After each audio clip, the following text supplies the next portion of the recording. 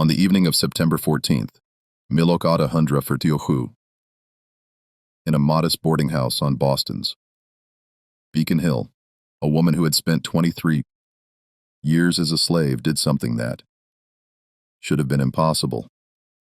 When a white man, an attorney from Virginia, with the power to send her back into bondage, asked her a direct question and demanded to see her freedom papers, she looked him in the eyes and said a single word: no.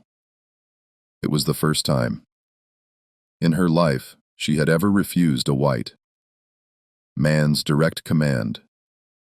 That one word would set in motion a chain of events that would expose a forgery network reaching into Boston's highest social circles, lead to the arrest of one of the city's wealthiest merchants, and force her to confront a terrifying question. Was freedom in the North the price she'd have to pay to keep it? Her name was Margaret Thornnehill, and what happened in the days after her refusal would test everything she thought she knew about courage, loyalty, and survival. Before we discover what really happened, when Margaret said that word, that dangerous revolutionary word, I want to ask you something.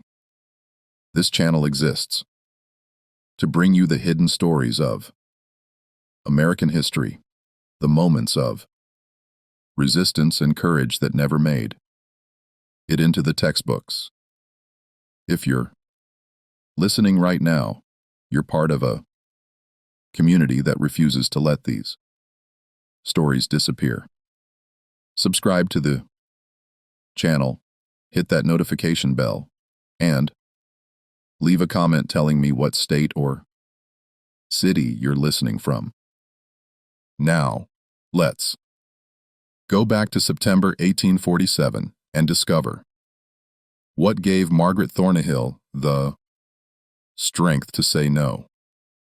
The story begins not in Boston, but 300 meters south in a place Margaret spent years trying to forget. Margaret Thornnehill wasn't born with that name. She was born Sarah, no last name, on the Hartwick plantation in Norway County, Virginia in 1823. The Hartwig family grew tobacco and like most planters in the Virginia Piedmont, they'd begun selling their excess slaves south to the cotton boom after the soil gave out. By 1846, the Hartwick plantation was dying slowly but unmistakably. The main house needed repairs no one could afford. The tobacco barns leaned at dangerous angles, and the enslaved population, once numbering over 60, had dwindled to 18. Margaret worked in the main house as a seamstress. She had quick fingers and sharp eyes, useful qualities for mending the family's increasingly threadbare clothing. She was considered trustworthy, a word that, in that context, meant she'd learned to make herself invisible, to anticipate needs before they were spoken, to never, ever contradict or question. She had perfected the art of survival through absolute submission. Her husband, Peter, was not so fortunate. Oh, he worked in the fields. And in the summer of 1846, Isaac Hartwick, the plantation owner's eldest son, decided Peter would bring a good price in the New Orleans market. The family needed cash. Peter was young, strong, and worth approximately $1,200. The sale was arranged for September. On August 23rd, 1846, Peter disappeared. Tree. Days later, Margaret followed. The Underground Railroad through Virginia was a network of whispers and shadows, of trusted hands guiding you from one hiding place to the next. Margaret knew none of the names of the people who helped her. She was told not to ask. She spent 9 days in the crawl space, beneath a Quaker family's kitchen near Richmond, 11 days in a false-bottomed wagon, carrying flour barrels through Maryland, and 4 terrifying days, hidden in the hold of a fishing vessel that carried her up the Chesapeake Bay, and eventually to Philadelphia. By October 1846, she was in Boston. The city overwhelmed her. More people lived on a single Boston street than in all of Nottoway County. Buildings rose 4 and 5 stories high, their brick facades blackened by coal smoke. Church bells rang constantly, marking hours she'd never learned to count. White people walked past her without a second glance, a miracle she couldn't quite believe. In Virginia, a black woman walking alone would have been stopped, questioned, possibly seized. In Boston, she was simply part of the crowd. She found refuge at Mrs. Abigail Fletcher's boarding house on the north slope of Beacon Hill. Mrs. Fletcher was a widow, in her 60s, a committed abolitionist who had turned her home into a sanctuary for escaped slaves. The house, a narrow, 3-story brick building with a crooked chimney and windows that rattled.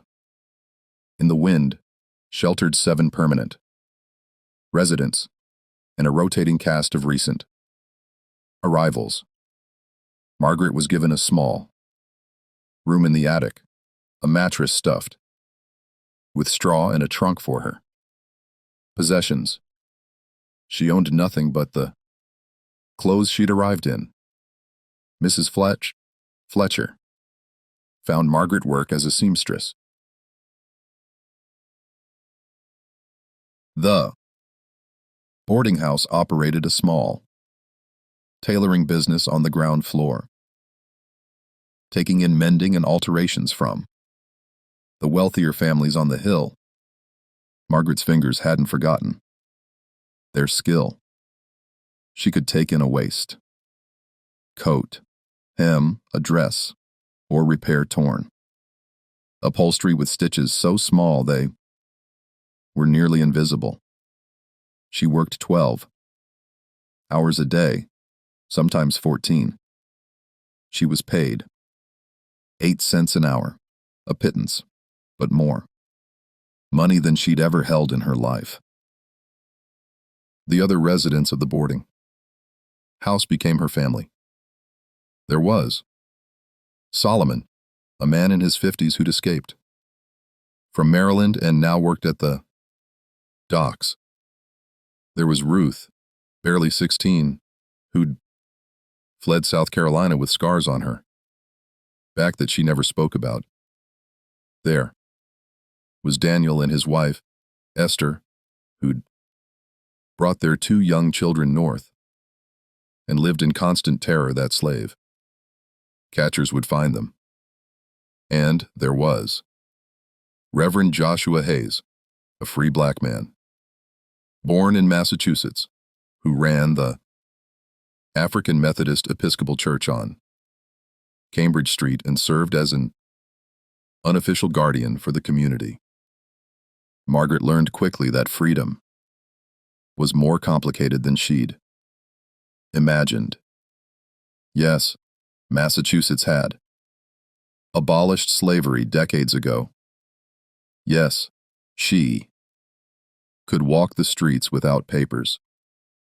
But the Fugitive Slave Act of 1793 remained federal law, and slave catchers still operated in Boston, seizing men and women who couldn't prove their free status and dragging them back south. The law was vague, the proof of freedom difficult to establish, and a free black person's word meant nothing in court compared to a white slave catcher's claim. So, Mrs. Fletcher and Reverend Hayes had developed a system. They created free papers, documents declaring that a person had been manumitted by their owner or had been born free. The documents were forgeries, of course, carefully crafted to look authentic, complete with fake signatures, county seals, and dates that predated the person's arrival in Boston. The forgeries were expensive. They required a skilled hand, access to quality paper, and official-looking stamps, and the complicity of clerks who could backdate registry entries if questions arose. But they were worth it. With free papers, a person had legal protection, however fragile. Margaret received her papers in December 1846. They declared that she was Margaret Thornnehill, a free woman, of color born in Alexandria, Virginia, and manumitted by her owner, one Thomas Thornnehill, in 1844. The papers cost 6 months of her wages paid in advance. She kept them folded in a small cloth pouch that she wore around her neck, even while sleeping. For 7 months, Margaret lived in a strange state between terror and hope. She woke every morning, surprised to find herself still free. She walked to market with Ruth and found herself flinching whenever a white man approached. She learned to speak more openly in the safety of the boarding house, though her voice remained quiet, hesitant. She attended Reverend Hayes's church and heard sermons about dignity and resistance that made her weep. She wrote letters to Peter, not knowing where he was or if he was even alive, and left them unsealed on her small desk. Prayers thrown into the void. Boston's abolitionist community was fractured and complicated. Some, like Mrs. Fletcher and Reverend Hayes, believed in direct action, hiding fugitives, creating false papers, openly defying the slave catchers. Others preferred legal challenges and moral persuasion, working through the courts and the press. The tension between these groups was constant, and beneath it all ran a deeper current of fear, because Boston was not as safe as it pretended to be. The city's wealthy merchants depended on Southern cotton for their textile mills. The city's politicians knew that antagonizing the South too openly could have economic consequences. So, the abolitionists operated in a gray zone, tolerated but not protected, noticed but not officially. acknowledged. Margaret understood in a way she couldn't articulate that her freedom was provisional. It existed only as long as no one with power decided to challenge it. In the spring of 1847, Mrs.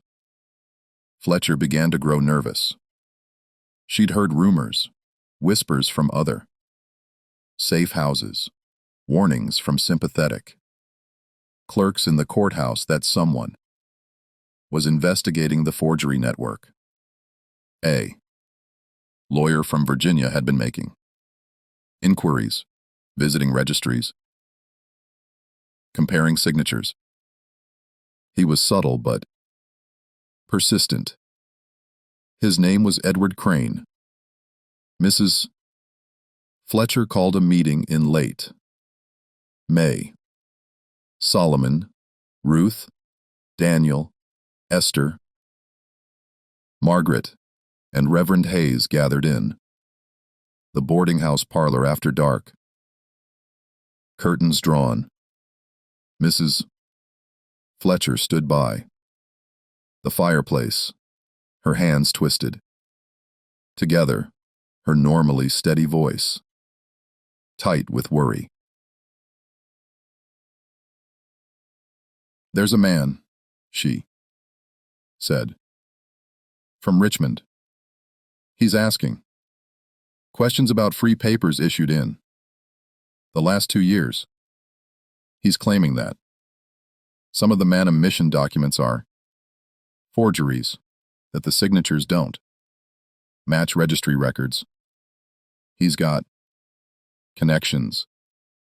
I don't know how high up they go, but high enough that clerks are cooperating with him." "What does he want?" Solomon asked. "I don't know," Mrs. Fletcher admitted. "If he were a simple slave catcher, he'd be seizing people on the street. But he's not doing that. He's building a case, documenting discrepancies. It's almost like..." She paused, choosing her words carefully. "It's almost like he's looking for evidence of something bigger than individual fugitives." Reverend Hayes leaned forward, his dark eyes sharp. "You think he's after the network itself?" "I think," Mrs. Fletcher said slowly, "that someone wants to shut down our entire operation. And if they succeed, every person we've helped, every set of papers we've created will be invalidated, which means dozens of people could be seized and sent back south." Margaret felt her chest tighten. She reached instinctively for the pouch around her neck, feeling the shape of her papers through the cloth. If those papers were declared false, she would become Sarah again. Property, not a person. Subject to seizure, to return, to punishment for running. "What do we do?" Daniel's voice was barely a whisper. "We're careful," Mrs. Fletcher said. "We don't create any new papers until we know more. We keep our heads down, and if this Crane comes around asking questions, we tell him nothing. Do you understand?" "Nothing." Everyone nodded. But Margaret saw the fear in their eyes, and she knew her own face reflected it back. They had built something fragile and precious here, a semblance of freedom. And now it was under threat. Edward Crane arrived in Boston in early September 1847.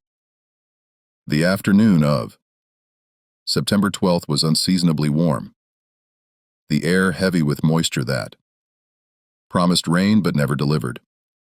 Margaret was working in the ground floor shop, mending a coat for one of Mrs. Fletcher's regular customers when the bell above the door chimed. She looked up and saw a man she didn't recognize. Stepping inside. He was tall, perhaps 40 years old, with graying hair at his temples and the kind of face that revealed nothing. No warmth, no cruelty. Just a professional blankness. He wore a well-tailored black suit, slightly dusty from travel, and carried a leather document case under one arm. His eyes swept the room with the practiced efficiency of someone accustomed to gathering information quickly. Margaret's hands froze mid-stitch. Something about him sent a bolt of primal fear through her body. She recognized the look in his eyes. She'd seen it before in Virginia in the faces of overseers and traders, men who saw black people not as humans but as problems to be solved, assets to be appraised or threats to be neutralized. "Good afternoon," the man said. His voice was smooth, educated with the slight draw of the Virginia tidewater. "I'm looking for Mrs. Abigail Fletcher. I was told she runs this establishment." Mrs. Fletcher emerged from the back room, wiping her hands on her apron. "I'm Mrs. Fletcher. How can I help you?" "My name is Edward Crane," the man said, offering a slight bow. "I'm an attorney from Richmond. I'm in Boston on business related to property disputes, and I was hoping you might assist me with some inquiries." "What sort of inquiries?" Mrs. Fletcher's voice was polite, but guarded. "I'm investigating the validity of certain mission documents that have surfaced in Virginia over the past several years," Crane said. "Documents allegedly proving that individuals claimed as fugitive slaves were, in fact, legally freed by their owners before departing the South. I have reason to believe some of these documents may be fraudulent, and I'm attempting to trace their origin." Margaret's heart was hammering so hard she thought it might burst through her chest. She kept her eyes on her sewing, but her hands were trembling. She could feel Crane's gaze sweep over her, a quick appraising glance before returning to Mrs. Fletcher. "I'm afraid I can't help you," Mrs. Fletcher said evenly. "I run a boarding house and a seamstress shop. Permets. Don't involve myself in legal matters." "Of course," Crane said, his tone suggesting he didn't believe her for a second. "But perhaps you're aware that several residents of this establishment possess mission documents. I'm simply trying to verify their authenticity. I'm sure you can understand the issue of forged free papers is a serious matter.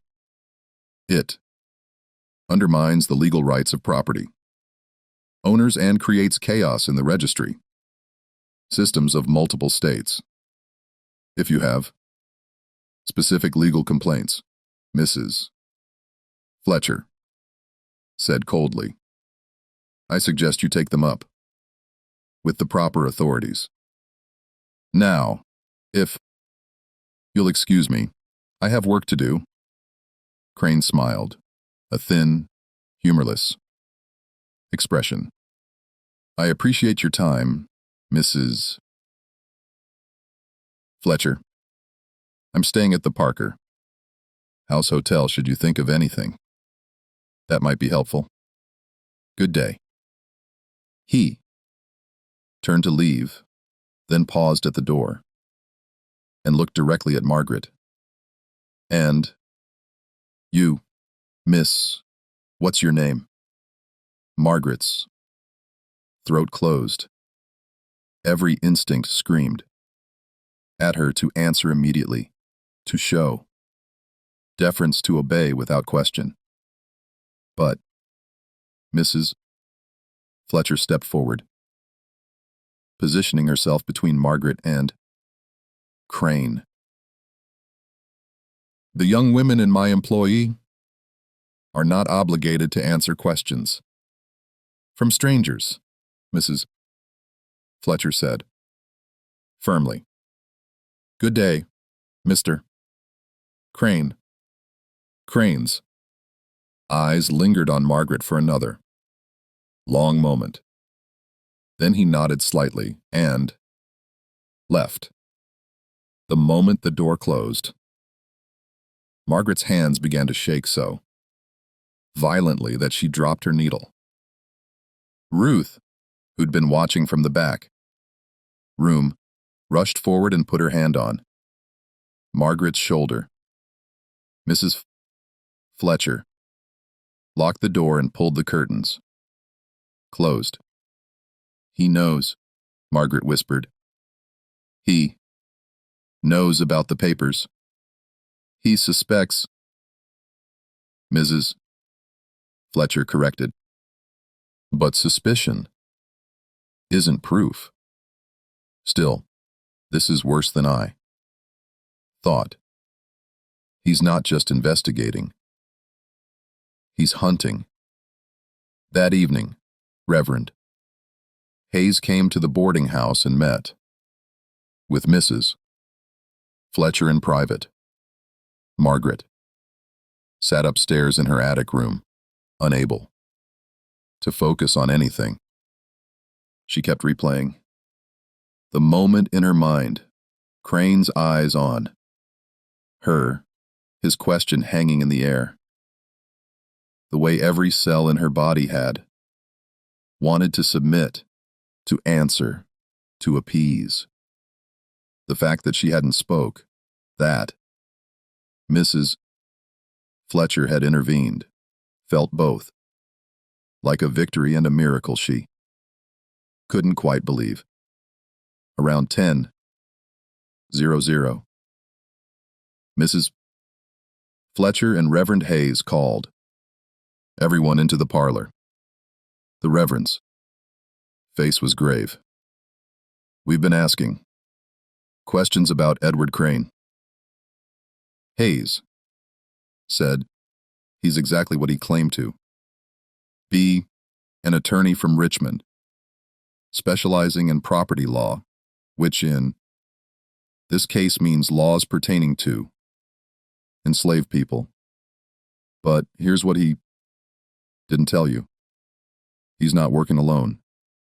He's been hired by a consortium of Virginia planners who believe that the forged document network is costing them thousands of dollars in lost property. They want it shut down, and they want everyone involved prosecuted. Can they do that? Daniel asked. Can they prosecute people in Massachusetts for helping fugitives? It's complicated, Hayes said. Massachusetts has personal liberty laws that make it difficult to enforce the Fugitive Slave Act. But forging legal documents is a crime, even here. And if Crane can prove that, prominent Bostonians are involved in. The forgery ring, people with money, and social standing. He can create enough scandal to shut the whole operation down through public pressure and legal challenges. So what do we do? Solomon's voice was rough with anger. We protect each other, Mrs. Fletcher said. No one admits to anything. No one shows their papers unless forced to by law. And if Crane comes around again, you don't speak to him. You don't answer his questions. You come find me or Reverend Hayes immediately. Margaret lay awake that night, staring at the ceiling. She could hear rats scratching in the walls, the wind rattling the loose shingles on the roof, the distant sound of a baby crying in one of the neighboring houses. She thought about Peter, wondered where he was, whether he was alive. She thought about the Hartwick plantation, the way Isaac Hartwick had looked at her, sometimes like she was a piece of furniture he might rearrange or discard at will. She thought about the moment in the shop that afternoon, when every instinct had screamed at her to obey, to submit, to make herself small and invisible. And she thought about Mrs. Fletcher, stepping between her and Crane, creating a barrier with her own body, her own voice. A white woman asserting that Margaret had the right not to answer. It was such a small thing, but it felt enormous, a crack in the wall of absolute submission she'd lived behind for 23 years. Over the next 2 days, Edward Crane was everywhere. He visited the courthouse, examining manumission records. He spoke with clerks at City Hall, comparing signatures and dates. He attended a meeting of the Massachusetts Anti-Slavery Society and sat in the back, taking notes. He was spotted on Cambridge Street near Reverend Hayes's church. He ate dinner at the Parker house and engaged other guests in conversation about the fugitive problem. He was methodical, patient, and relentless. On September 14th, he returned to Mrs. Fletcher's boarding house. It was early evening. Margaret was upstairs in her room working on a dress alteration by lamplight. She heard the knock at the door, heard Mrs. Fletcher answer it, heard the low murmur of voices. Then she heard footsteps on the stairs. Heavy, deliberate. Mrs. Fletcher appeared in Margaret's doorway, her face pale. Mr. Crane is here. He's insisting on speaking with you. Specifically, he says he has questions about your manumission papers. Margaret felt her stomach drop. I don't have to talk to him. No, Mrs. Fletcher agreed. You don't. But he's threatened to file a formal complaint with the city marshal, claiming that I'm harboring fugitive slaves with fraudulent documentation. If he does that, there will be an official investigation. And she trailed off. But Margaret understood. An investigation would expose the entire network. Dozens of people would be at risk. What do I do? Mrs. Fletcher hesitated, then said, quietly, I'll be with you. Reverend Hayes is on his way. But Margaret, be careful what you say. Don't volunteer any information, and if he asks to see your papers, tell him you need to consult with legal counsel first. Margaret followed Mrs. Fletcher downstairs, her legs feeling like water.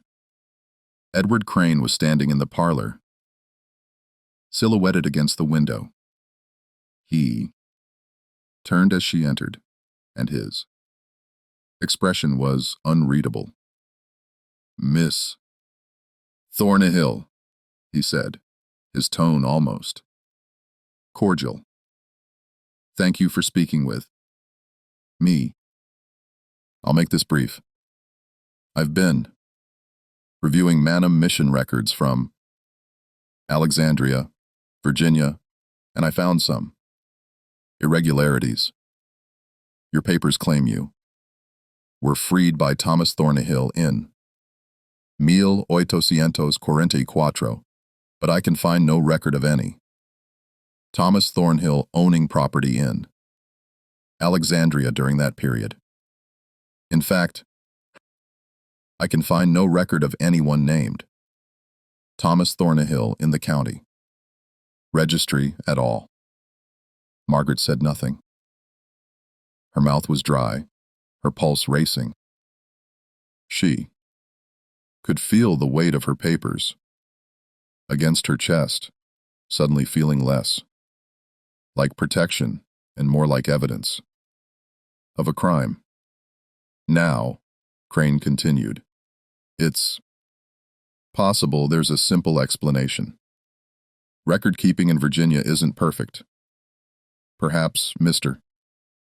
Thornnehill lived in a neighboring county, or perhaps the documents were filed in the wrong location. But I need to verify these details, and to do that, I'll need to examine your papers directly.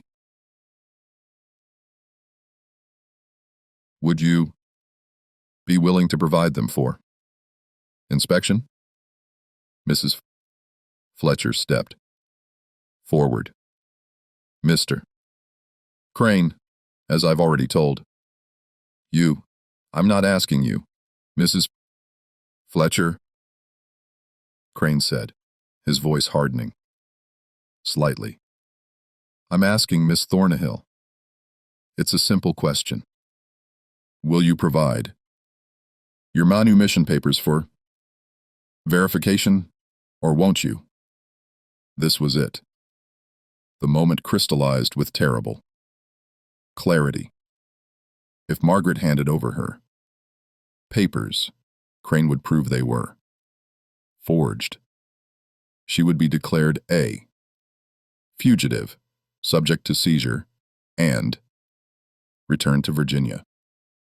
But if she refused, Crane would take that refusal as proof of guilt and escalate his investigation, endangering everyone in the network. Margaret looked at Crane's face, at the cold certainty in his eyes, the way he stood with his hands clasped behind his back, radiating authority and expectation.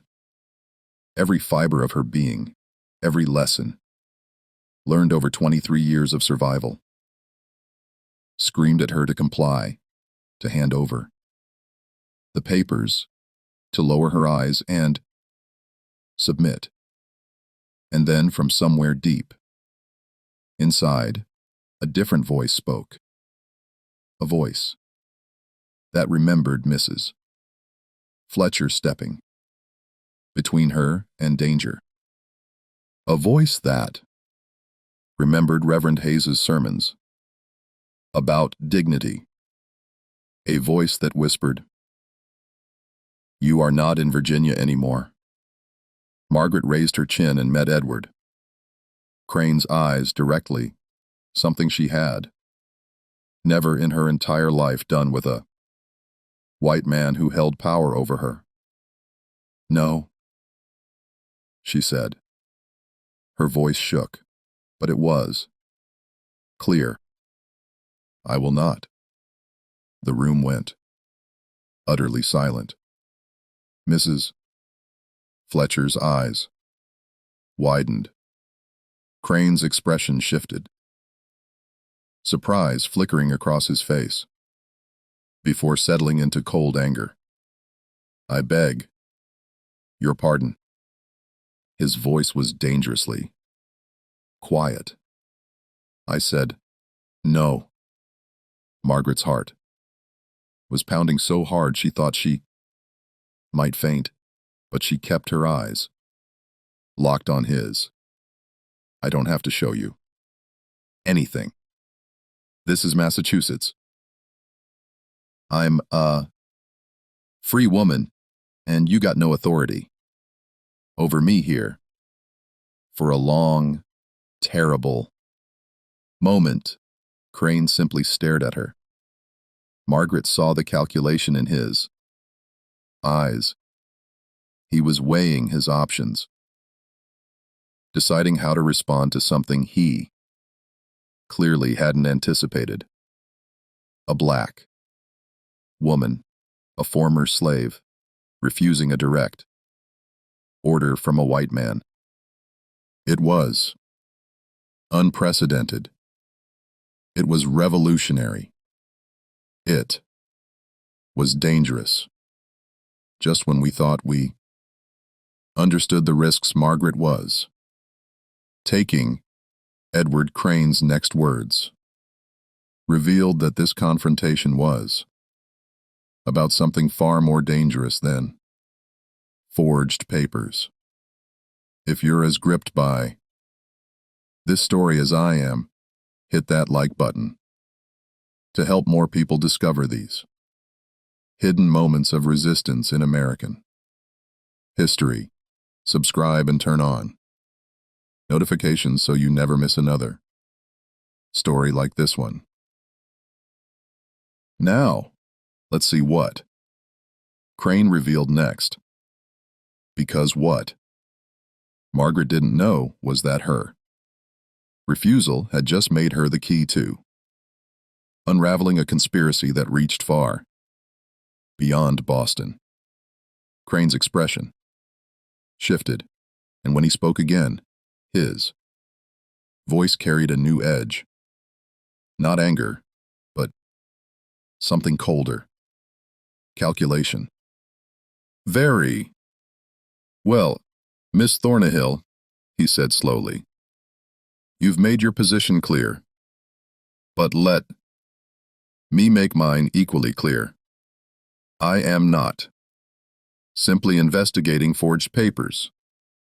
I am investigating a criminal conspiracy involving the falsification of legal documents, the deliberate corruption of public registries, and the participation of individuals in positions of trust, clerks, notaries, possibly even judges.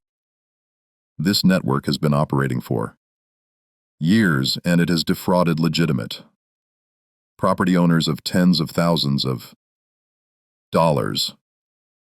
He began to pace, his hands still clasped behind his back. "I already have evidence. I have testimony from witnesses who can connect this boarding house to the forgery operation. I have samples of forged documents, and I have handwriting experts who can prove they were created by the same individual. What I don't have yet is proof of who's funding this operation, because someone is paying for quality paper, official stamps, bribed clerks, someone with Money and influence is backing this network. He stopped pacing and looked directly at Mrs. Fletcher. And I believe you know who that someone is. Mrs. Fletcher's face remained carefully neutral, but Margaret saw her hands tighten on the back of a chair. I don't know what you're talking about. I think you do, Crane said. And here's what troubles me, Mrs. Fletcher. I'm a reasonable man.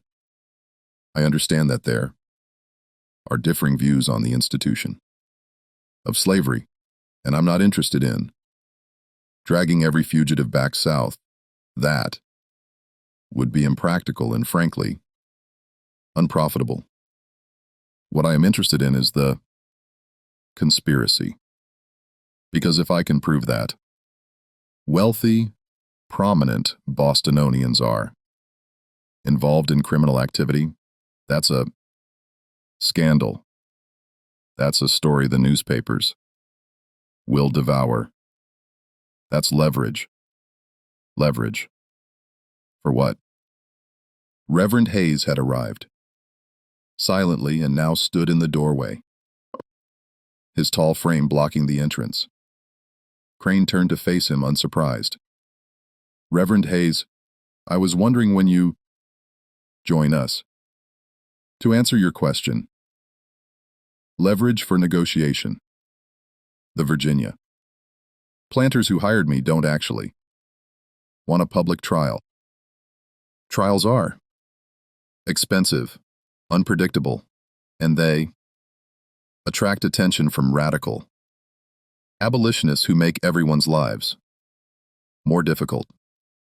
What they want is for this forgery network to stop operating, and they're willing to make certain concessions if that happens quietly. What kind of concessions? Hayes's voice was carefully controlled. The kind where nobody gets prosecuted, Crane said. The kind where the people currently in possession of forged papers get to keep them with no questions asked. The kind where everyone walks away from this with their freedom intact, as long as the network shuts down and the names of the people funding it are provided to me, confidentially. Margaret felt sick. This wasn't just about her papers or Mrs. Fletcher's boarding house. Crane was trying to dismantle the entire Underground Railroad network by forcing them to betray their own supporters. You're asking us to become informants, Hayes said flatly. I'm offering you a way out, Crane corrected. Because the alternative is that I take what evidence I have to the city marshal tomorrow morning, and we do this the hard way. Arrests, trials, publicity. And I promise you, Reverend, once the newspapers get hold of this story, the public outcry will make it impossible for anyone to protect you. Boston's merchants depend on Southern cotton. The city's politicians know they can't afford to antagonize the South too openly. If this becomes a scandal, you'll find that your support evaporates very quickly. He let that sink in, then continued. But it doesn't have to be that way. Give me the names. Tell me who's been funding the operation, and I'll go back to Richmond and tell my clients that the network has been neutralized. Everyone wins, except the people who helped us, Mrs. Fletcher said, quietly. The people who risked their own safety and reputations to do what they believed was right. You're asking us to destroy them. I'm asking you to make a choice, Crane said. Protect a handful of wealthy benefactors or protect dozens of fugitives currently living free in Boston. You can't have both. I'll give you until tomorrow evening to decide. After that, I go to the authorities with what I have. He picked up his hat from the side table and moved toward the door, then paused and looked back at Margaret. You surprised me this evening, Miss Thornhill. I genuinely didn't expect you to refuse. It was brave. Foolish, but brave. I hope for your sake that your allies here are willing to make the practical choice. Because if they don't, that courage of yours won't mean much when you're on a ship back to Virginia. He left. The door closed behind him with a soft click that sounded like a gunshot in the silent room. The next hours were the longest of Margaret's life. Mrs. Fletcher, Reverend Hayes, and two other prominent abolitionists, a lawyer named Samuel Hutchinson, and a wealthy merchant named Thomas Wright, gathered in the boarding house parlor and argued in tense, hushed voices while Margaret and the other residents waited upstairs. Margaret sat on her bed, unable to move, unable to think clearly. Ruth sat beside her, holding her hand.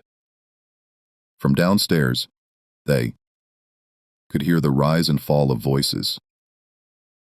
Hayes's deep baritone, Mrs. Fletcher's sharp protests, the measured tones of the lawyer. They're deciding our fate, Ruth whispered, like we're property. Again, just in a different way. Margaret understood what she meant. For all the talk of freedom and dignity in this moment, they were back to being problems for other people to solve, assets to be protected or sacrificed, depending on which choice seemed most expedient. Around midnight, Reverend Hayes came upstairs. His face was haggarded, his eyes red, rimmed with exhaustion.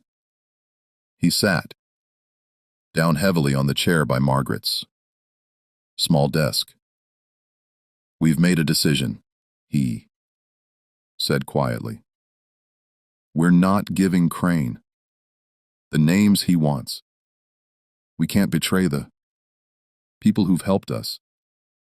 It would destroy the entire network, not just here, but in Philadelphia, New York, everywhere. If we give him those names, he'll use them as leverage against other operations, and the whole system collapses. So what happens to us? Margaret asked. Her voice sounded distant to her own ears. Samuel Hutchinson is going to file an injunction first thing tomorrow morning, arguing that Crane has no legal standing to examine your papers without a warrant, and that the city has no obligation to assist Virginia in enforcing its slave laws. It's not a strong argument, but it'll buy us time. Meanwhile, Thomas Wainwright is contacting his allies in the state legislature to see if we can get Political pressure applied. Maybe. Convince the city marshal to drag his feet on any investigation. But that doesn't solve the problem, Ruth said. Crane's still here. He's still got evidence. No, Hayes admitted. It doesn't solve it. Which is why we're also making preparations to move people if necessary. We have contacts in Canada and upstate New York. If things go badly, we can get you out. I don't want to run again, Margaret said quietly.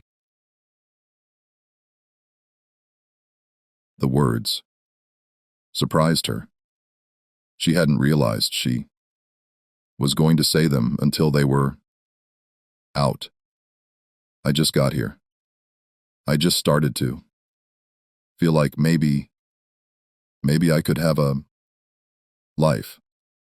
And now you're telling me I have to run again, hide again, because some man from Virginia decided I don't have the right to be free. Hayes leaned forward, his elbows on his knees, his large hands clasped together. I know. Pirmaze. No, it's not fair. I know you shouldn't have to run, but Margaret, you have to understand something. What you did tonight, refusing Crane, looking him in the eye, that was important. Or that was powerful, but it was also dangerous. Because men like Crane don't forget being defied, especially not by someone they consider beneath them. He's going to come after you specifically now. You've become a symbol to him, a challenge to his authority. So, I should have just given him the papers. Let him send me back. No, said firmly. You did the right thing, but doing the right thing doesn't always keep you safe. That's the tragedy of the world we live in. He stood up, moved to the small window, and looked out at the dark street below.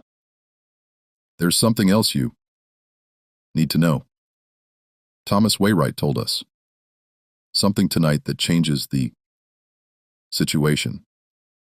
He's been asking around about Crane, making discreet inquiries among his business contacts, and he found out that Crane isn't just working for Virginia planters. He's also working for someone here in Boston. Margaret felt her stomach drop. Who? We don't know yet, but someone with influence wanted this investigation to happen. Someone who stands to benefit from shutting down the abolitionist network. Wainwright thinks it might be connected to the textile mills. There are mill owners who are worried that anti-slavery agitation will disrupt their cotton supply from the South. They want the abolitionists kept in check, and destroying the Underground Railroad network would be one way to do that. So, we're fighting. People here too, Ruth said softly. Not just Crane. Yes, Hayes said, which means we have to be very, very careful about who we trust. The next morning, September 15th, Samuel Hutchinson filed his injunction in the Massachusetts Superior Court. By noon, word had spread through the abolitionist community, and a small crowd had gathered outside the courthouse, supporters wanting to show solidarity, curiosity seekers hoping for drama, and a few hostile observers who made it clear they thought fugitive slaves should be returned to their rightful owners. Margaret stayed at the boarding house, afraid to go outside. Mrs. Fletcher kept the shop closed. The doors locked, the curtains drawn. They waited. At 3:00, a messenger arrived with news. The judge had denied the injunction, stating that, while Massachusetts had no obligation to assist in the capture of fugitive slaves, Crane's investigation into document forgery was a legitimate legal inquiry. Crane was authorized to request an examination of questionable manumission papers, and if the individuals in question refused to cooperate, he could seek a warrant for their arrest on charges of possessing forged documents. How long do we have? Mrs. Fletcher asked the messenger. A young clog from Hutchinson's office. Crane's already at the marshal's office requesting warrants, the clerk said. Mr. Hutchinson thinks they'll be issued by tomorrow morning at the latest. After the messenger left, Mrs. Fletcher gathered everyone in the parlor. Her face was pale but composed. We're out of time, she said. If those warrants are issued, anyone with questionable papers will be arrested. The marshals will search this house. They'll find our supplies, the blank documents, the stamps, everything. And they'll use that as evidence to prosecute not just me, but everyone who's helped us. We need to destroy the evidence. Solomon said, that won't be enough. Reverend Hayes said once they arrest someone and examine their papers, they'll be able to prove the forgery, the handwriting, the inconsistencies in the records. Crane already has that evidence. So, what do we do? Daniel's voice was tight with fear. Just wait for them to come. There was a long silence. Then Margaret spoke, her voice quiet but clear. I'll go talk to him. Everyone turned to look at her. Margaret? No. Mrs. Fletcher started.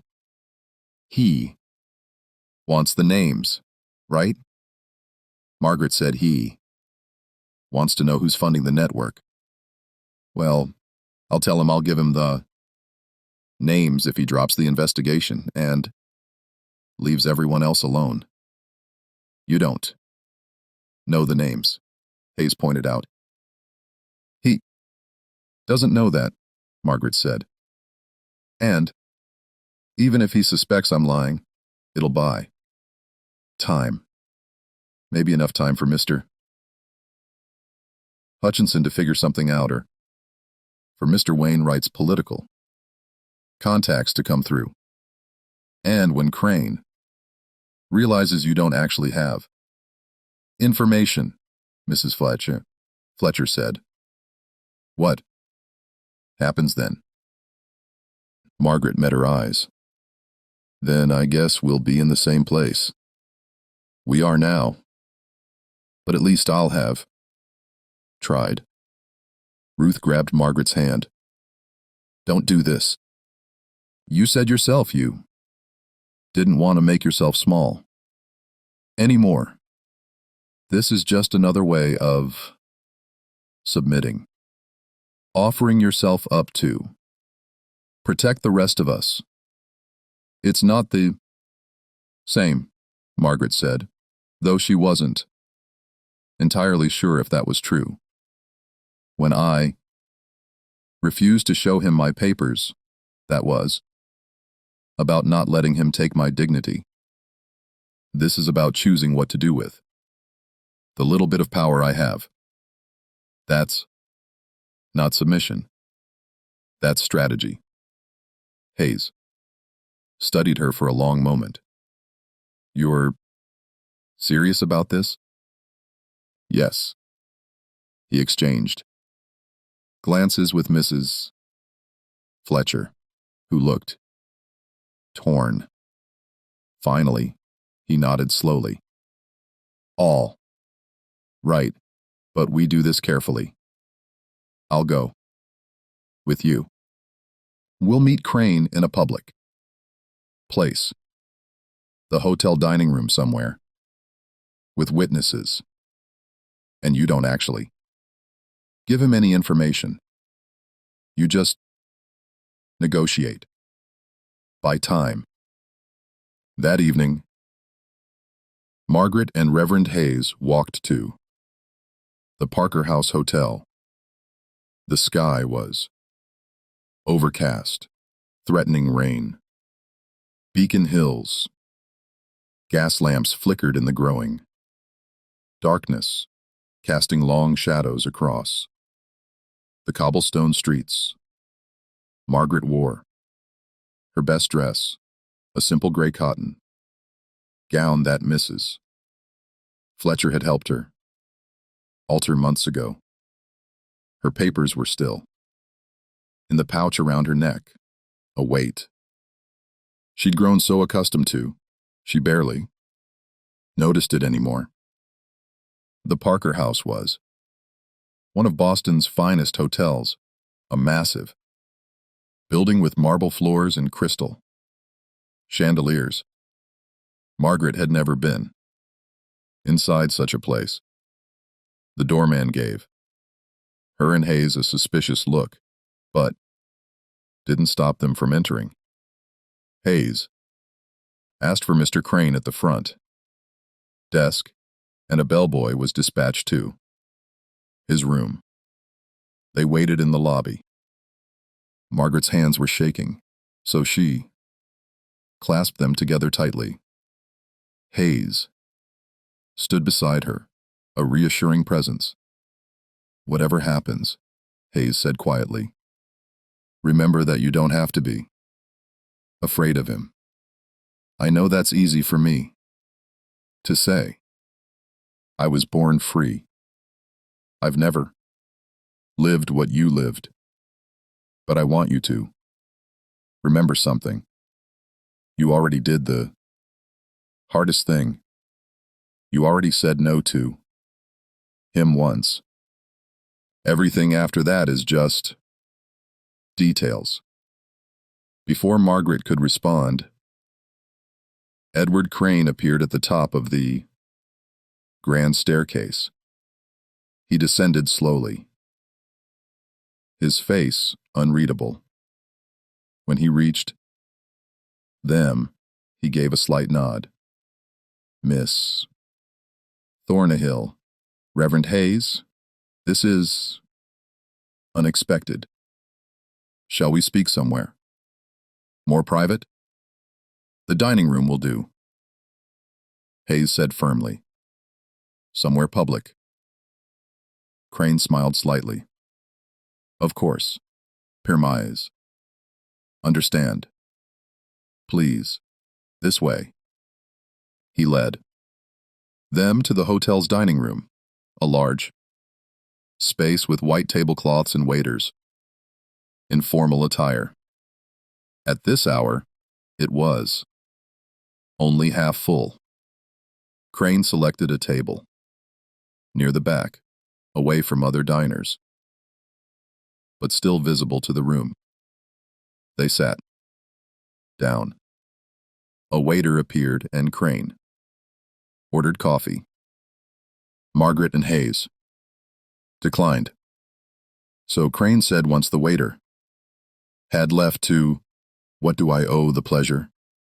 Margaret took a breath. "I want to make a deal." "I'm listening." "You said you wanted the names of the people funding the forgery network.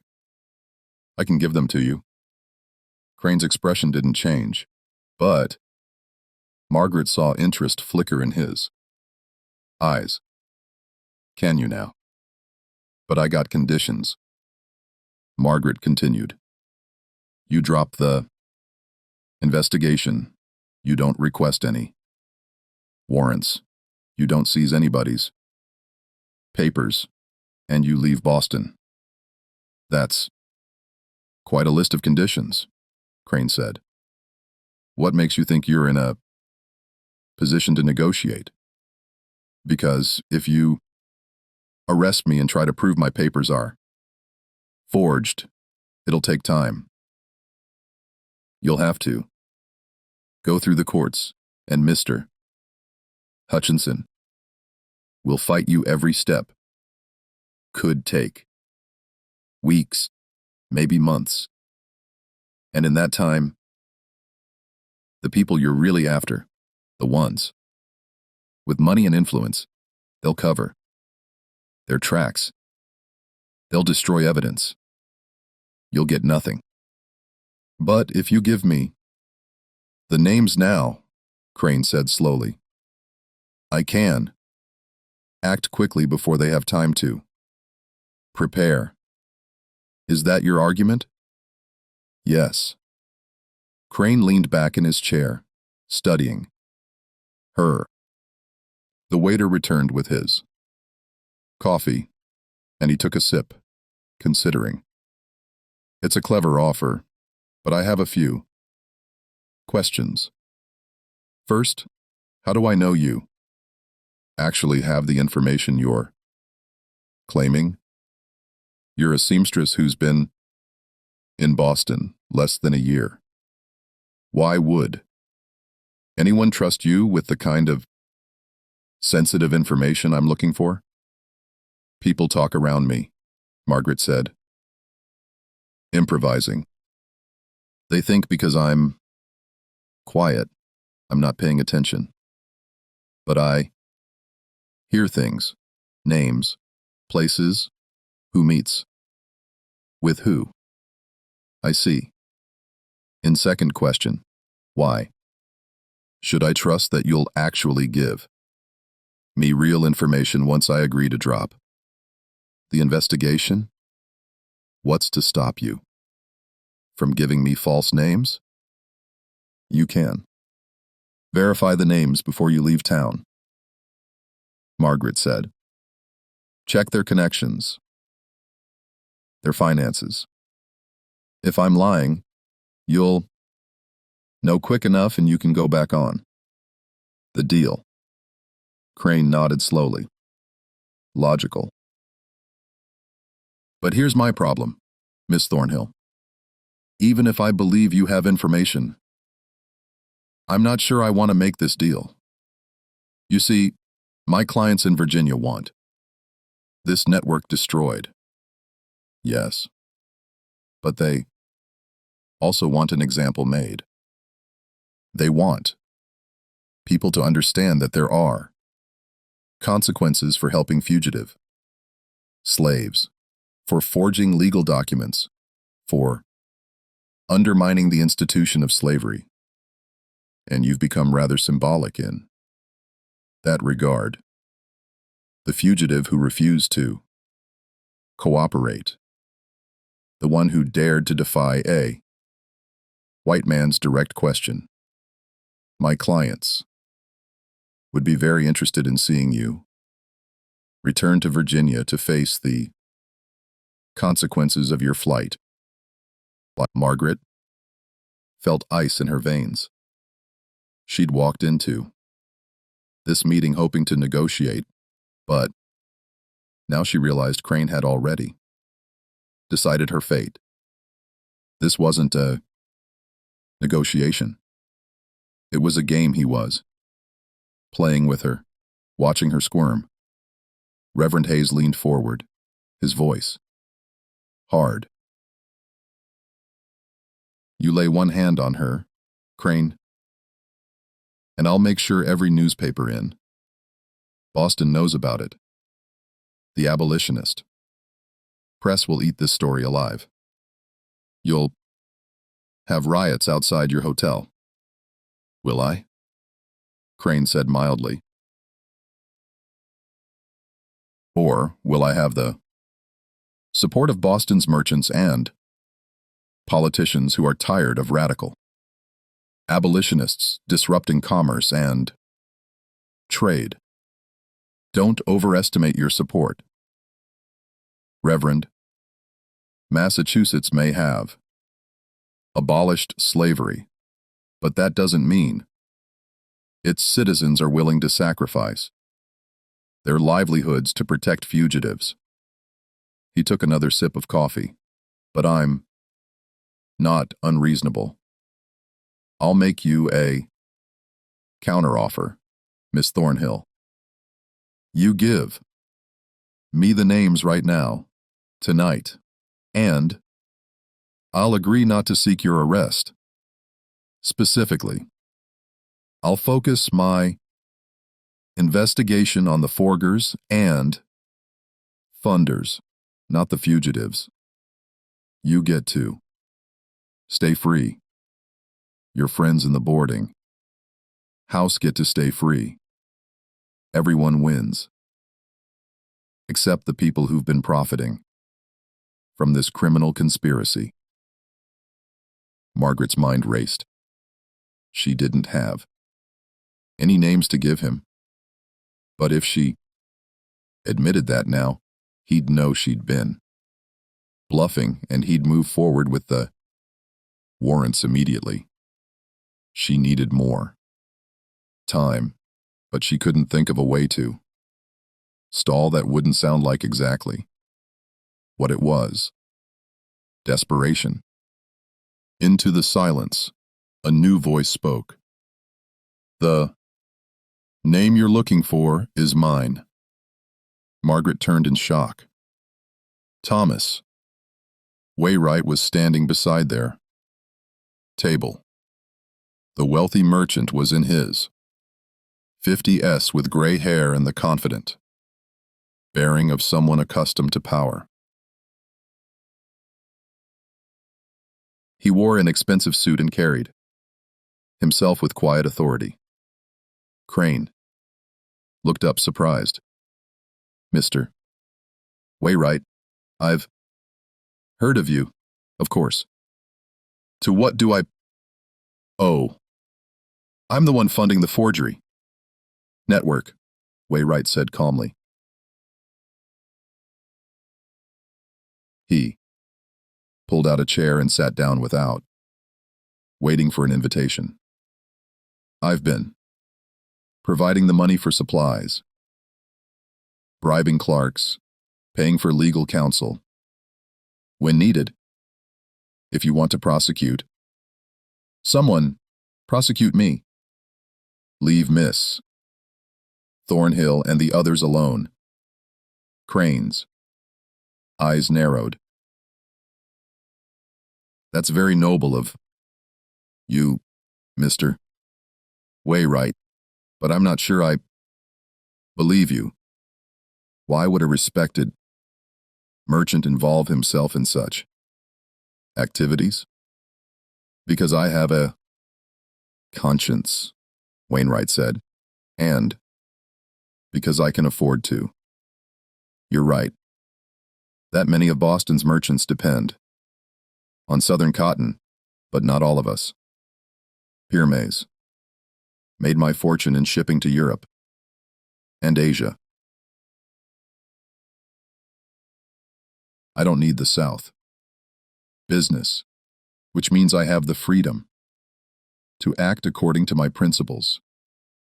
Even if I believed you, Crane said, which I'm not sure I do, prosecuting you presents certain complications. You have influence friends in high places. It would be difficult to make charges. Stick. Perhaps Wainwright agreed, but it would also be very public, very messy. The kind of scandal that attracts attention from radical abolitionists, as Reverend Hayes mentioned. The kind of publicity that might make your clients in Virginia uncomfortable. After all, they hired you to shut down the network. Quietly, didn't they? Not to start a public war between Boston's business community and Virginia's planter class. Crane was silent for a long moment.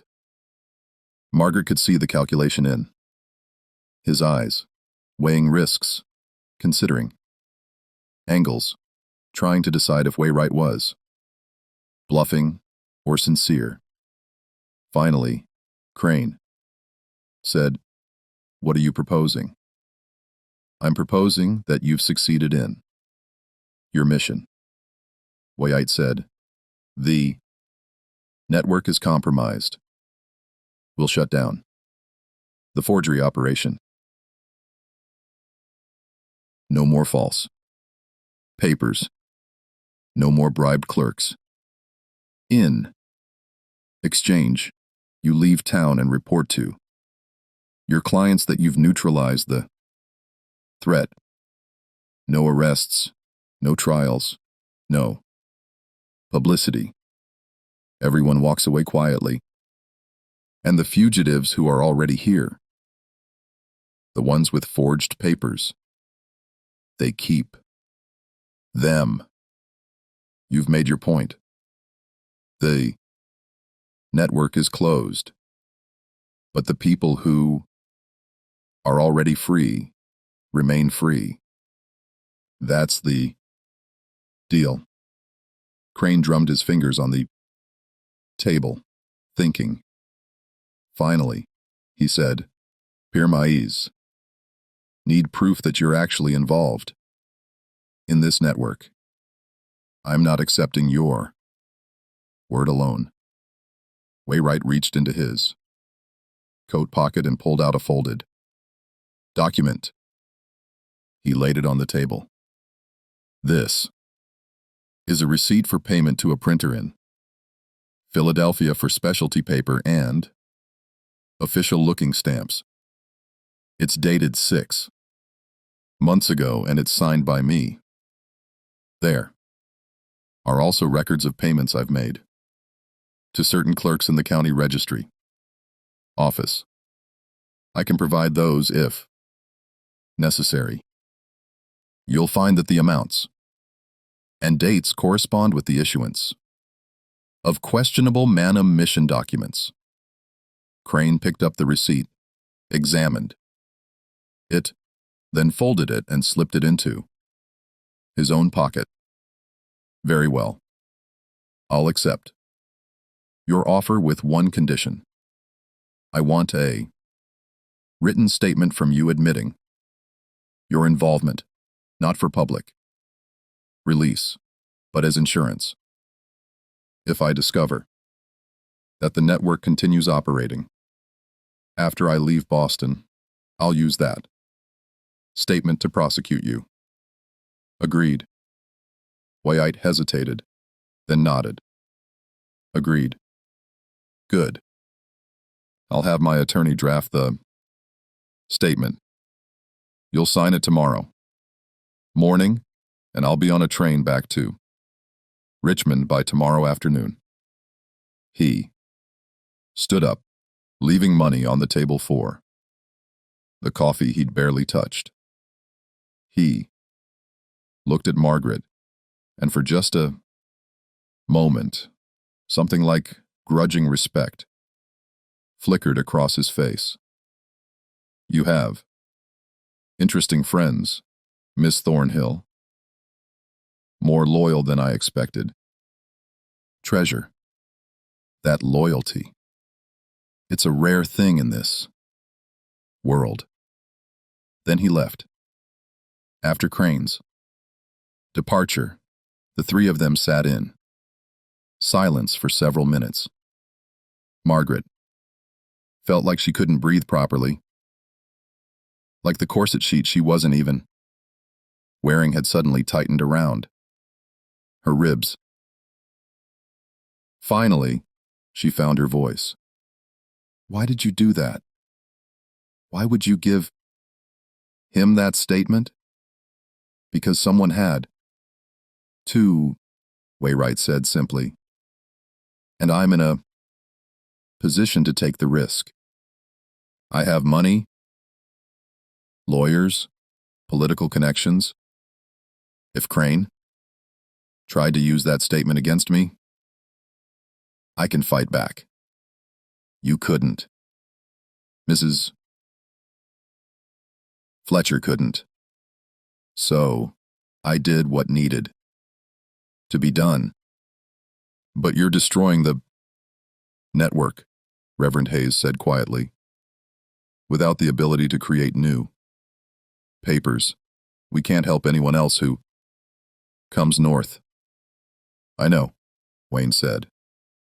And for the first time, his composure cracked. Slightly. I know, but we were already compromised. Crane had enough evidence to shut us down regardless.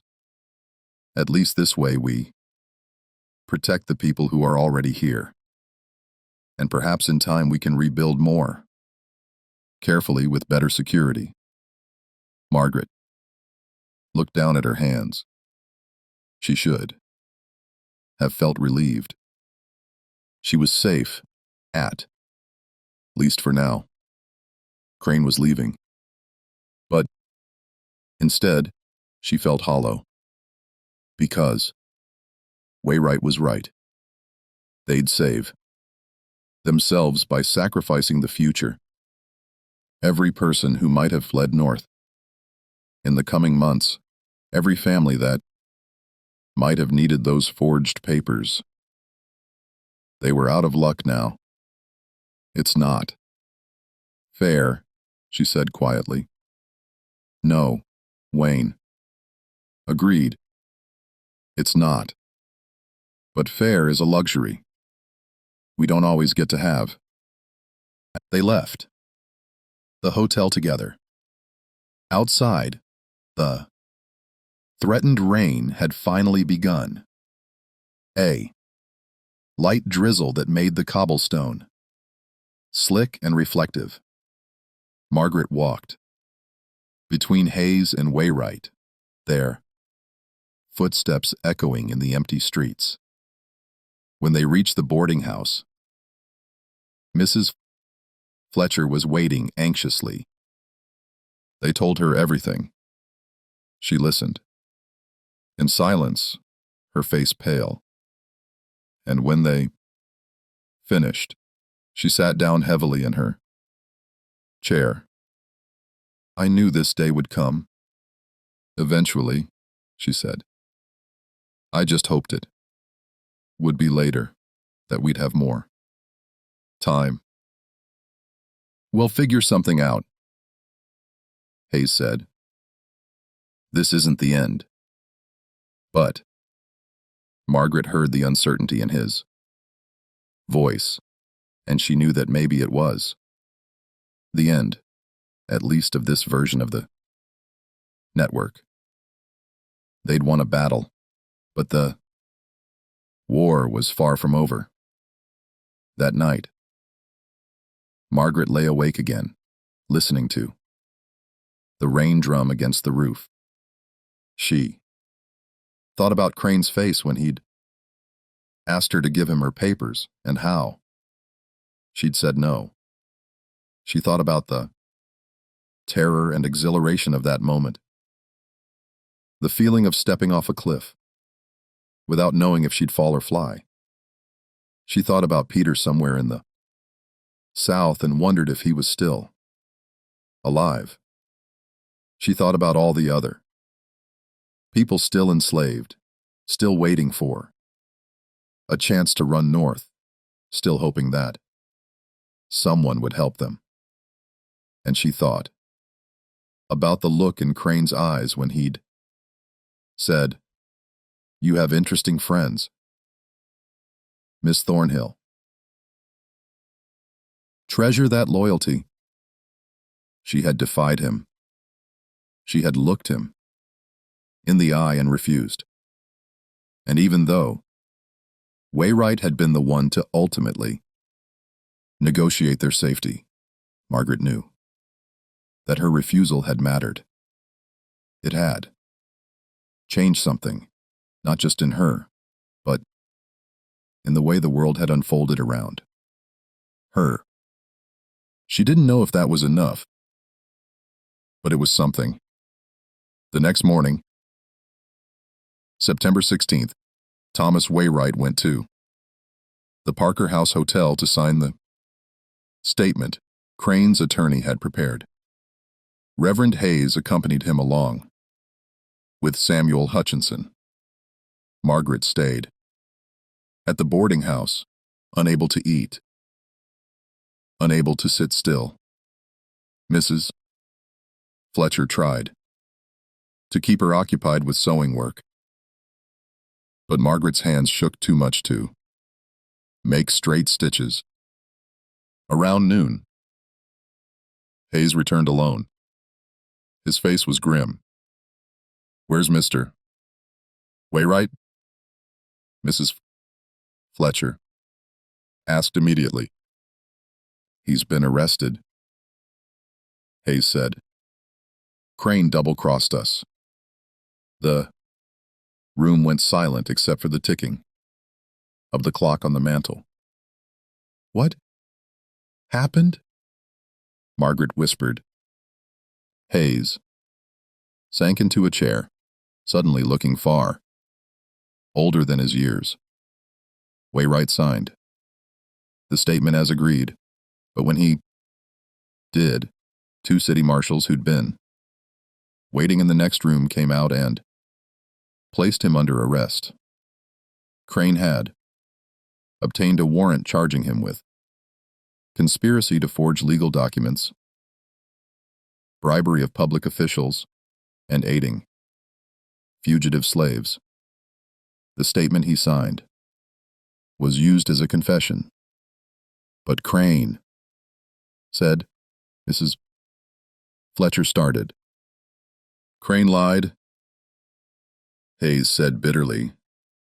"Or more accurately, he told us what we wanted to hear while he maneuvered us into a trap. By getting Wainwright to confess in writing, he secured evidence that would have taken months to gather otherwise. And by arresting Wainwright, he sends a message to other wealthy abolitionists. Your money and influence won't protect you. What about the rest of us?" Daniel asked from the doorway. He and several other residents had gathered, drawn by the sound of raised voices. "That's the interesting part," Hayes said. Crane made sure I understood that he's not seeking warrants for anyone else. Not yet.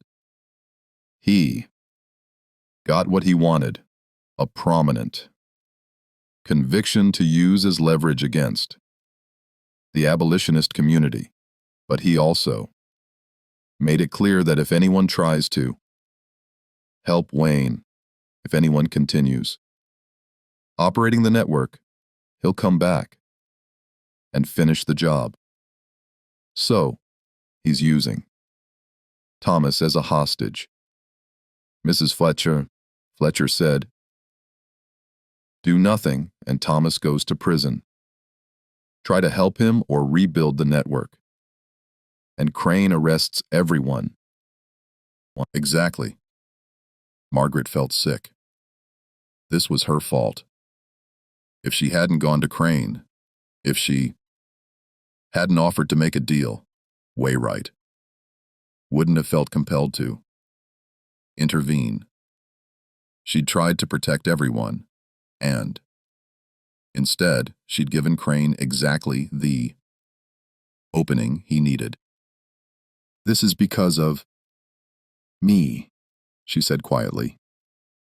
Hayes looked at her sharply. No, this is because of Crane. Don't take responsibility for his actions. But you did what you thought was right, Hayes interrupted. And Thomas Wainwright chose to step forward, knowing the risks. He's not a fool. He knew Crane might betray us. He did it. Anyway, because he believed it was worth it. Don't diminish his choice by making it about your guilt. Over the next several days, the reality of their situation became clear. Thomas Wainwright was held in the city jail, denied bail, on the grounds that he was a flight risk. His arrest was reported in the Bapu newspapers, some sympathetic, many not. The Boston Courier ran an editorial, praising the authorities for finally taking action against those who would undermine law and order in the name of misguided sympathy. The Liberator, William Lloyd Garrison's abolitionist newspaper, ran a scathing piece calling Wainwright's arrest a craven attempt to intimidate those who stand for justice.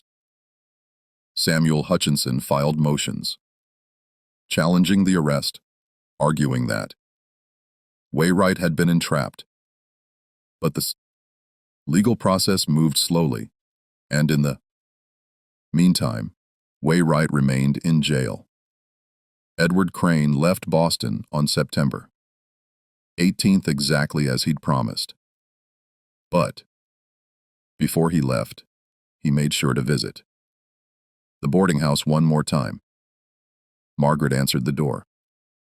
She'd known somehow that he would come. Miss Thornnehill Crane said he didn't ask to come in, just stood on the doorstep in the morning light. I wanted to say goodbye. You got what you wanted, Margaret said. Her voice was flat, emotionless. Mr. Wainwright's in jail. The network shut down. Why are you here? To tell you something, Crane said. You were right to refuse me that first night. Not strategically. Strategically, it was a disaster, obviously. But morally, you were right. I've spent 15 years working in property law, returning fugitive slaves to their owners. And I've never once had someone look me in the eye and simply say, no. Everyone submits. Eventually, everyone compromises. But you didn't. So what? Margaret's anger flared suddenly, hot and sharp. You still won, Mr. Wainwright, still in jail. We still can't help anyone else who runs north. What difference does it make that? I said no. Crane was silent for a moment, then said quietly, because I'll remember it, and that means something. Even if you can't see how right now. He turned to leave, then paused. One more thing. You asked me during our negotiation why I was doing this, why I cared so much about a few fugitive slaves and some forged papers. I told you it was about my clients in Virginia, about protecting property rights. That was true, but it wasn't the whole truth. What's the whole truth? Margaret asked. I had a brother, Crane said, not looking at her. Younger than me. He became involved with the abolitionist movement in Richmond about 10 years ago. He helped slaves escape, hid them in his home, created false papers. Eventually, he was caught. He was tried for theft, stealing another man's property, and sent to prison. He died there of cholera in 1842. Margaret stared at him. You're saying you had an abolitionist brother, and that's why you're hunting fugitives. I'm saying I watched my brother destroy his life for a cause that couldn't win. Crane said I watched him throw away everything, his career, his reputation, his freedom for people who couldn't even thank him because they had to keep running north to stay free. And I decided that I wouldn't make the same mistake. I decided that the law, however unjust, was the law, and that fighting it only led to ruin. So you became the thing your brother fought against. Margaret said, Yes, Crane said simply. I suppose I did. He tipped his hat to her and walked away. Margaret watched him go, feeling a strange, complicated mixture of anger and something else she couldn't quite name. Not sympathy. Exactly. But recognition maybe. And understanding that people made choices. Sometimes terrible choices. For reasons that made sense to them, even if they destroyed others.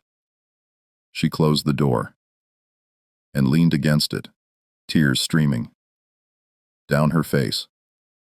Thomas Waywright's trial took place in November 1847. Despite Samuel Hutchinson's best efforts, the evidence was damning. Waywright's own signed confession, the receipts, testimony from clerks who'd accepted bribes. He was convicted on all charges and sentenced to 3 years in prison. The abolitionist community was devastated.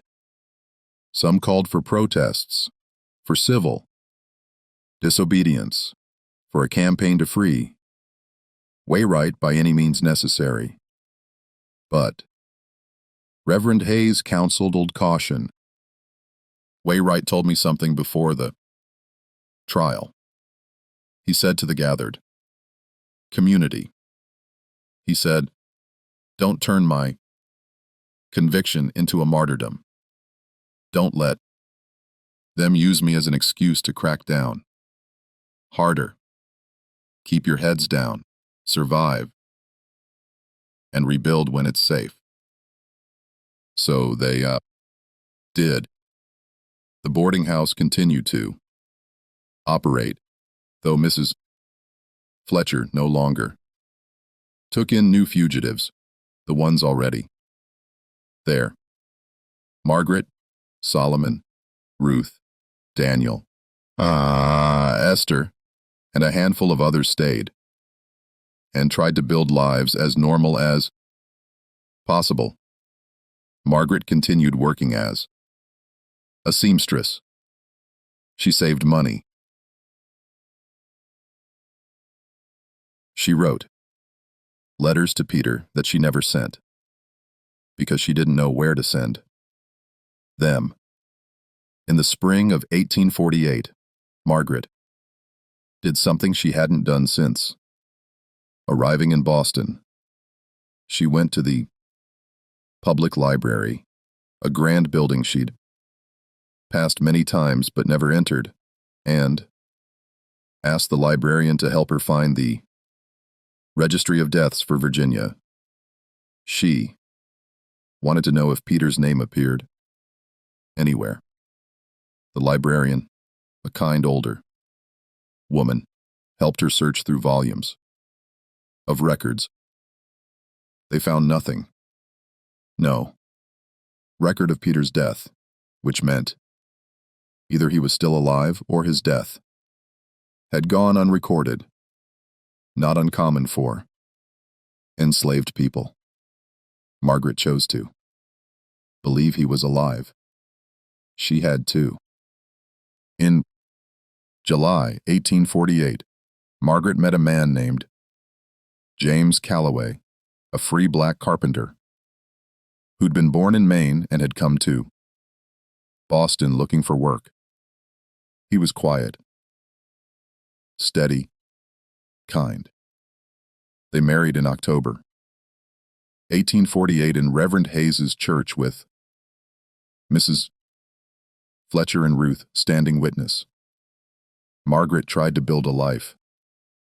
She tried to forget the fear, the constant looking over her shoulder, the dreams, where she was back in Virginia, and Isaac Hartwick was telling her that Peter had been sold and it was her fault for running. She tried to be happy, but she never forgot September 14th, 1848, the night she looked Edward Crane in the eye and said no. She told the story to her children years later when they were old enough to understand. She told them that sometimes the most important thing you can do is refuse. Refuse to submit. Refuse to accept that someone else has the right to own you, command you, diminish you, even when refusal is dangerous, even when it costs more than you can afford to pay. Thomas Wainwright served 18 months of his sentence before being pardoned by the governor in 1849, following a lengthy campaign by his supporters. He emerged from prison, thinner, grayer, but unbroken. He never publicly expressed regret for his actions. When asked by a reporter from The Liberator if he would do it again, knowing the consequences, he said simply, yes, without hesitation. The forgery network was never rebuilt, at least not in the same form. But other networks emerged, more cautious, more secretive. The Underground Railroad continued operating through different channels, different methods. People kept running north. People kept helping them. Edward Crane returned to Richmond and continued practicing law. He died in 1863 during the Civil War when Union forces shelled the city. There's no record of whether he ever thought about Margaret Thornnehill, about the woman who'd refused him on a September evening in Boston. But Margaret thought about him occasionally, not with hatred. She'd learned that hatred was a weight she couldn't afford to carry, but with a kind of cold understanding. He'd been shaped by his grief and his choices, just as she'd been shaped by hers. In Tuxtantis Ashtuoni Shimtai Penkias Deshimt, the Fugitive Slave Act was strengthened, making it even more dangerous for escaped slaves in the North. Margaret and James, fearing recapture, made plans to flee to Canada. But before they could leave, Margaret discovered she was pregnant with their first child. They decided to stay. It was a risk, but they'd already taken so many risks. One more seemed almost manageable. Margaret gave birth to a daughter in March 1851. They named her Abigail after Mrs. Fletcher. The old woman wept when they told her, holding the tiny baby in her weathered hands and whispering prayers of protection over her. Life continued as it always does, even in the shadow of injustice. Margaret raised 3 children. Abigail, followed by a son named Joshua after Reverend Hayes, and another daughter, Ruth, named for Margaret's friend, who had become like a sister. James built furniture and took on carpentry jobs throughout Boston. They saved money, bought a small house in the West End, and became part of a growing community of free black families building lives, despite the constant threat of slave catchers and the ever-present discrimination. Mrs. Fletcher died in 1856 at the age of 74. She passed quietly in her sleep, surrounded by the people she'd helped save. At her funeral, Reverend Hayes spoke about her legacy, not just the lives she'd directly touched, but the example she'd set. She taught us, he said, that freedom isn't just the absence of chains. It's the daily choice to resist injustice, to protect the vulnerable, to stand between the powerful and the powerless. Margaret stood in the church that day, holding her youngest daughter's hand, and thought about the moment Mrs. Fletcher had stepped between her and Edward Crane. Such a small gesture, such enormous consequences. The Civil War came in 1861 and everything changed. Margaret watched as her son, Joshua, barely 18, enlisted in the 54th Massachusetts Infantry Regiment, one of the first official African-American units in the Union Army. She watched him march away in his blue uniform, tall and proud, and felt terror and pride wearing in her chest. Joshua survived the war. He came home in 1865 with a scar across his ribs from a Confederate bayonet and stories he rarely told. He'd been at Fort Wagner. He'd seen friends die, but he'd also seen slavery end, seen the Confederacy fall, seen a new world struggling to be born. Margaret lived to see all of it. She lived to see the 13th Amendment abolish slavery throughout the United States. She lived to see the 14th Amendment grant citizenship to formerly enslaved people.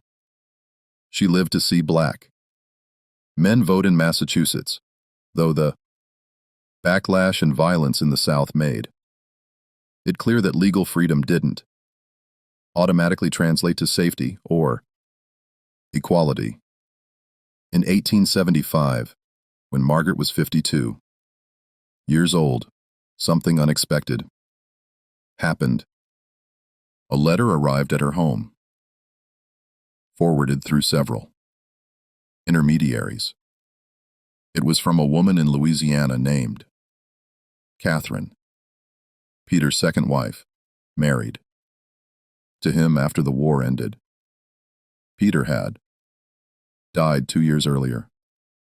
Catherine wrote, he'd been sold to a plantation in Mississippi in 1846, had survived the war, had been freed, and had spent years trying to find information about Margaret.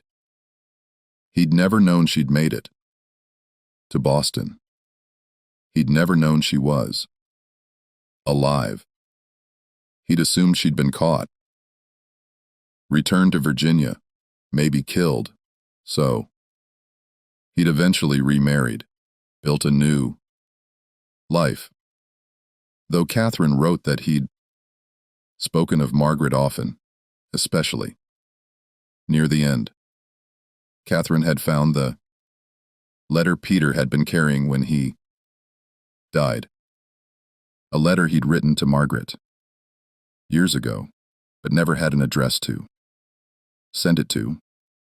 She'd tracked down connections through the Freedmen's Bureau, through church networks, through the complicated web of black communities, trying to rebuild after the war, and finally found someone who knew where Margaret Thornnehill lived in Boston. She enclosed Peter's letter with her own. Margaret opened it with shaking hands. James sat beside her, holding her steady. The letter was brief, the handwriting awkward. Peter had learned to write only after the war ended, taught by a northern school, teacher in the Freedmen's School.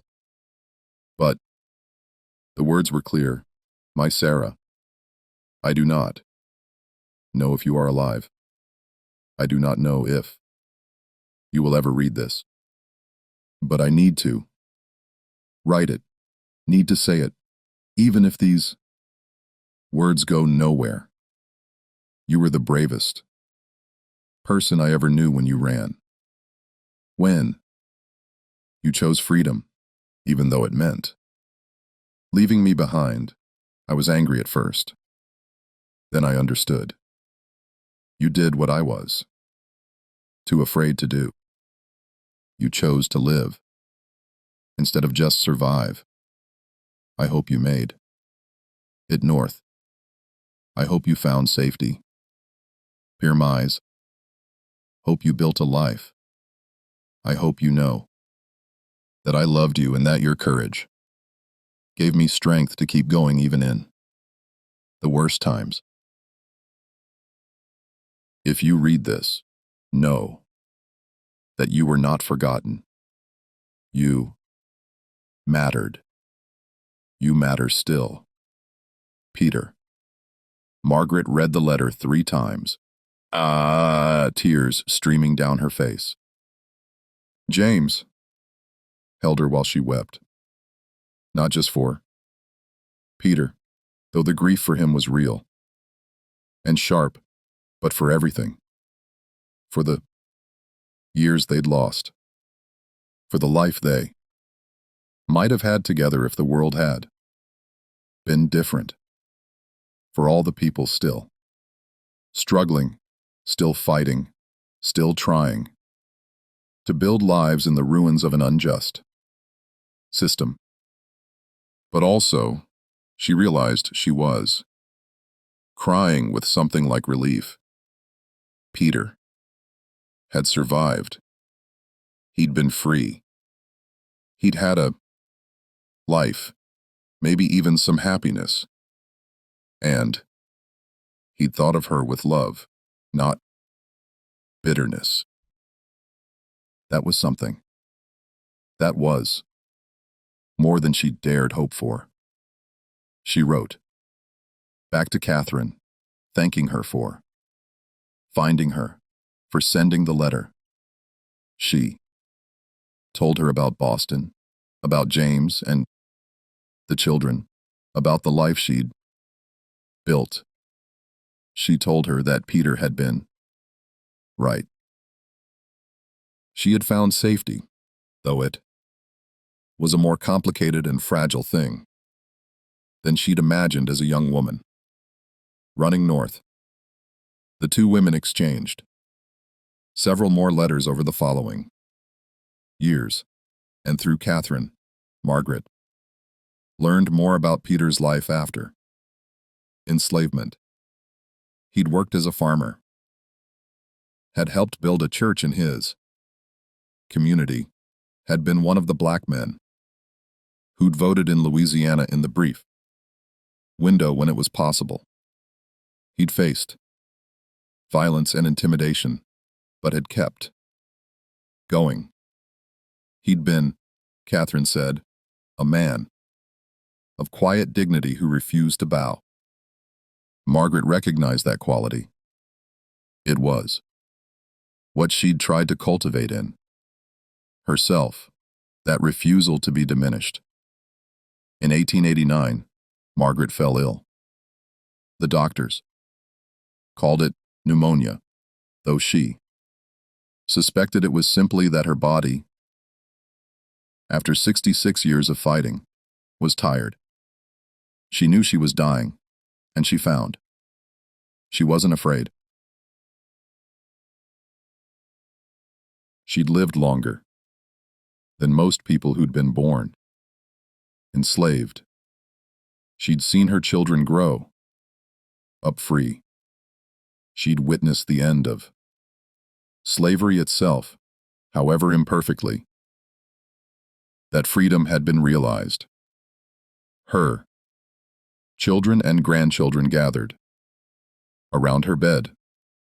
Her daughter Abigail, now a school teacher, her son Joshua, working as a carpenter like his father.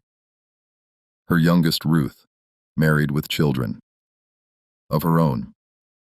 Her oldest granddaughter, a bright young woman of 16 named Sarah, named after Margaret's birth name, asked her grandmother, "What are you most proud of in your life?" Margaret thought. For a long moment, she could say her children, and that would be true. She could say surviving, building a life, seeing slavery end, and those would all be true, too. But what came to her mind was a September evening in 1847, standing in Mrs. von Fletcher's parlor, looking Edward Crane in the eye. "The night I said, 'No,'" she said quietly. Sarah looked confused. "What do you mean?" So Margaret told her about the boarding house, about Edward Crane, about the moment when every instinct screamed at her to submit, and she'd chosen refusal instead. Told her about the fear and the exhilaration, the consequences and the cost. "That's when I became free," Margaret said. "Not when I crossed into Massachusetts. Not when I got my papers. When I looked that man in the eye and told him no. That's when I knew I was a person, not property. Everything else came from that." She died 3 days later on. A cool October morning with her family. Around her and sunlight streaming through the window. They buried her in a small cemetery in Cambridge, not far from Reverend Hayes's old church. The headstone read Margaret Thornnehill, Callaway, 1823-1889. She said no. Years later, when historians tried to piece together the story of the Boston forgery network and Edward Crane's investigation, they found fragments, a few letters, some court documents, scattered newspaper articles. But much of the story had been lost, deliberately erased, destroyed in fires, or simply forgotten as people who'd lived through. It died and took their memories with them. The boarding house on Beacon Hill still stands, though it's been renovated many times and no longer looks much like it did in 1847. In 1947, on the 100th anniversary of Margaret's confrontation with Crane, a small group of local historians managed to get a plaque installed on the building's front. It reads, "This building served as a safe house on the Underground Railroad from 1842 to 1847. Here, men and women who had escaped slavery found refuge, support, and the courage to build new lives. May we never forget their bravery." The plaque doesn't mention Margaret by name. It doesn't mention Mrs. Fletcher or Thomas Wainwright or Reverend Hayes or Edward Crane. It's a generic memorial, the kind that acknowledges history without getting into the messy, complicated, deeply human details. Margaret's granddaughter Sarah, the one who'd asked about her proudest moment, became a teacher and later a writer. She spent years collecting oral histories from formerly enslaved people and their descendants, trying to preserve stories that official records had ignored or distorted. She wrote down her grandmother's story in detail. The fear, the defiance, the cost of resistance, the complicated morality of people trying to do good in an unjust system. Her manuscript was never published. During her lifetime, publishers told her it was too specific, too focused on one woman's experience, not dramatic enough. They wanted either sanitized inspiration or sensational horror, not the complicated truth of how people actually survived and resisted. The manuscript ended up in a university archive in the 1930s, cataloged but largely unread. Historians mining the archive for dissertations occasionally stumbled across it, noted a few details, moved on to sources they considered more reliable or significant. But Sarah had written it. The story existed, and even if it wasn't famous, even if it didn't change the world, it was there. A testament to the fact that Margaret Thornnehill had lived, had resisted, had mattered. And maybe that's enough. Maybe that's all any of us get. To live as fully as we can. To resist injustice where we find it. To make small choices that might seem insignificant, but that ripple outward in ways we never fully see. Margaret didn't end slavery. She didn't revolutionize the Underground Railroad. She didn't become famous. She just looked a man in the eye and said no when. Every part of her had been trained to say yes. And in doing so, she reclaimed something that slavery had tried to take from her: the fundamental right to refuse to assert her own humanity, to be seen not as property, but as a person, with the power to make choices about her own life. That single moment didn't fix everything. Edward Crane still arrested. Thomas Wainwright. The network still collapsed. Slavery continued for another 18 years. The struggle for true equality continues to this day. But the moment mattered. It mattered to Margaret. It mattered to the people who witnessed it. It mattered to her children and grandchildren who heard the story and understood that resistance was possible, even when it was dangerous, even when it cost more than you could afford to pay. History is made of millions of small moments like that. Small refusals, small acts of courage, small choices to prioritize dignity over safety. They don't all make it into the textbooks. They don't all get commemorated with statues or holidays, but they accumulate, layer upon layer, choice upon choice, person upon person, until gradually, impossibly, the world shifts. Margaret Thornnehill never saw herself as a hero.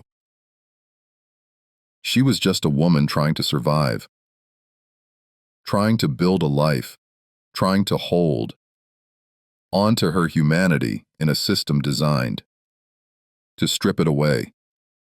But in that September evening in 1847, when she refused to submit, she did something heroic.